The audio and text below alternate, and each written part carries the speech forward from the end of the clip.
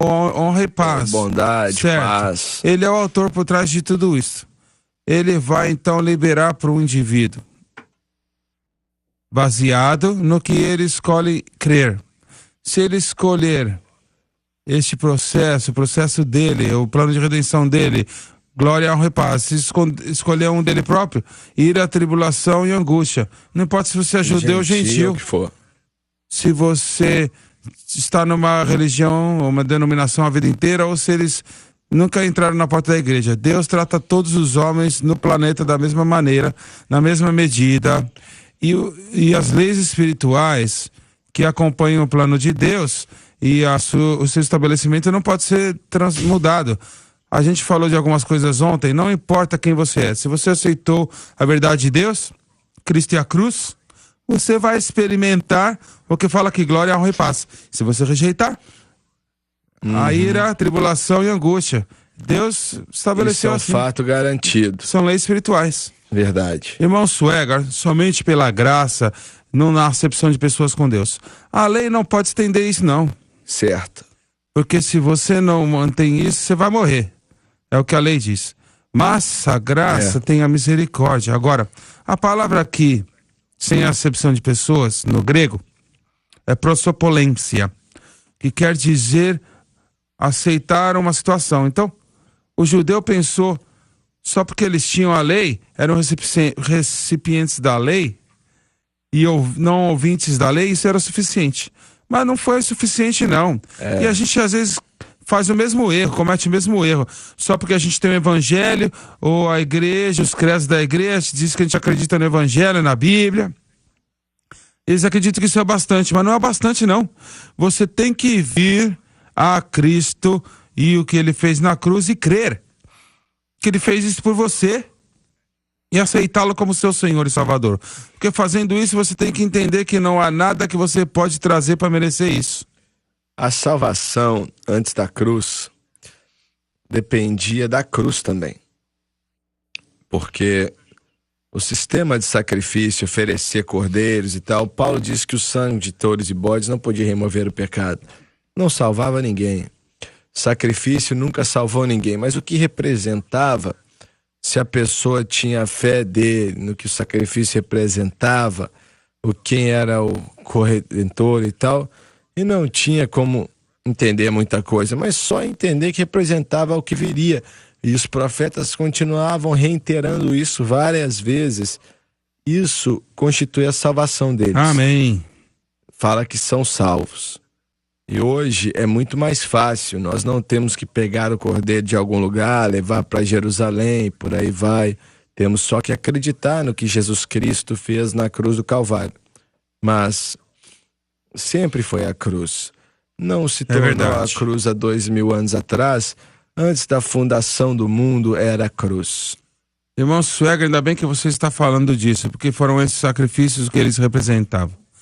Porque muitas organizações cristãs, igrejas, acreditam que a salvação está no exercício litúrgico de uma cerimônia. Em outras palavras, pode ser a Santa Ceia do Senhor. Eles acreditam que fazendo aquilo, isso os salva. Ou, por exemplo, batizando uma criança, ou espargindo água, salva a criança. Eles falam, isso são cerimônias litúrgicas. Então, a fé está colocada erroneamente nas ações dessas liturgias. Milhões acham isso. Jim, eu e a Francis ficamos meio-dia aqui com uns... Como é que é o nome dele? O Pat Boone e a esposa dele. Estávamos discutindo quem você estava falando aí agora. Ele falou assim: irmão Swagger, antes do Senhor me salvar, eu pensava que a salvação estava no batismo nas águas. Ele disse: eu batizava o povo na minha piscina, várias deles. E ele falou: eu pensei que eles estavam salvos, e eles pensavam também. Eles não estavam mais salvos do que eu vou ser eleito presidente, entendeu? Mas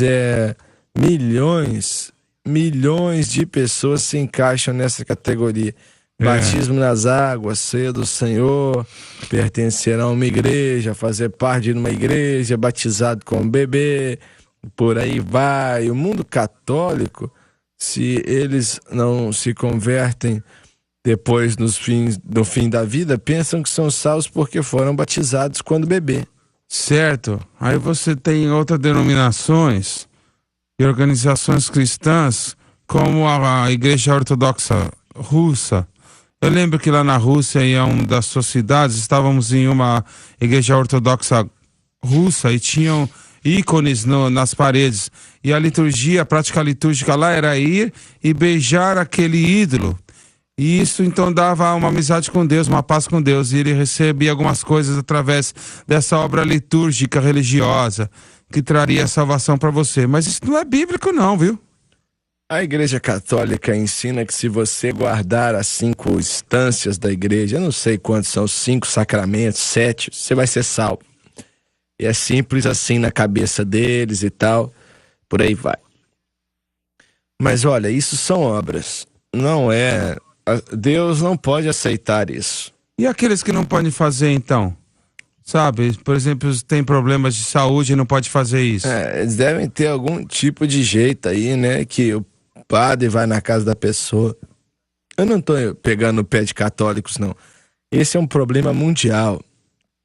É um problema, sabe, nos protestantes, assim como é nos católicos. É um problema. O problema de obras começou na primeira página da história humana, como Lóia mencionou antes de ontem, eu acho, né? Pois ele começou com Caim e Abel.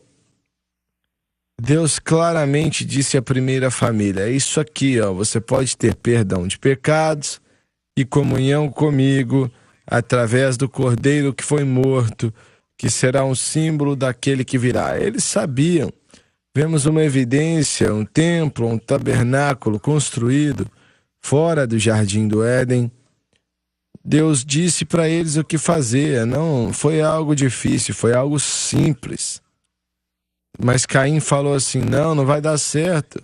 Ele construiu o seu altar, usou o mesmo que Abel tinha e ofereceu sua banana, sua maçã, sua batata, que são as obras da mão dele. Mas ele ficou bravo porque Deus não quis aceitar. Os judeus fizeram a mesma coisa, eles estavam praticando a lei mosaica e eram obras, né? A maioria delas. Ao invés da fé, sabe, no Redentor futuro. Isso não é o que leva ao orgulho? Você se autoexaltar? Eu fiz mais do que você fez? A cruz humilha as pessoas. Todos têm que passar no mesmo nível para ir para a cruz. É muito difícil, eu já falei isso várias vezes, mas pregando em Santo Antônio, no Texas, na cruzada lá no Coliseu, há alguns anos atrás, eu li no jornal sobre um homem que tinha morrido, milhares de pessoas estavam em seu funeral, e ele era um bom homem. Ele gastou 20 a 30 anos, os últimos anos da sua vida, dando de comer aos famintos, aos pobres, e dirigia uma caminhonete caindo aos pedaços porque ele pegava o dinheiro que podia ter usado para comprar um carro novo, para comprar comida para as pessoas, e foi algo maravilhoso, né? Com certeza, quando ele morreu, milhares de pessoas foram para o seu funeral, e com razão, como eu disse.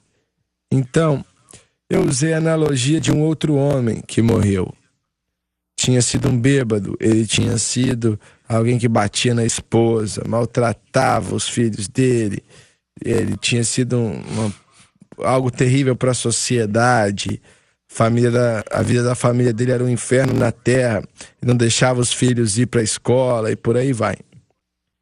Mas alguns minutos antes dele morrer, ele aceita a Cristo como Salvador. E eu disse para o povo: se o primeiro homem, independente de todo o dinheiro que ele gastou e as boas obras que fez, que eram bons, se ele não aceitou Jesus Cristo na vida dele, ele morreu e foi para o inferno. E esse outro homem, o ruim, o mauzão, se ele aceitou Cristo, ele está no céu hoje. Todo mundo ficou calado. Sabe? Todo mundo assim, como se fosse assim, se ia colocar... Isso eram pessoas pentecostais, hein? Na grande maioria ali. Colocar diante deles dessa forma, eles não conseguiam entender, porque essa ideia de que, se eu fizer coisas boas, eu estou salvo, está na mente de todos. E eu quero perguntar,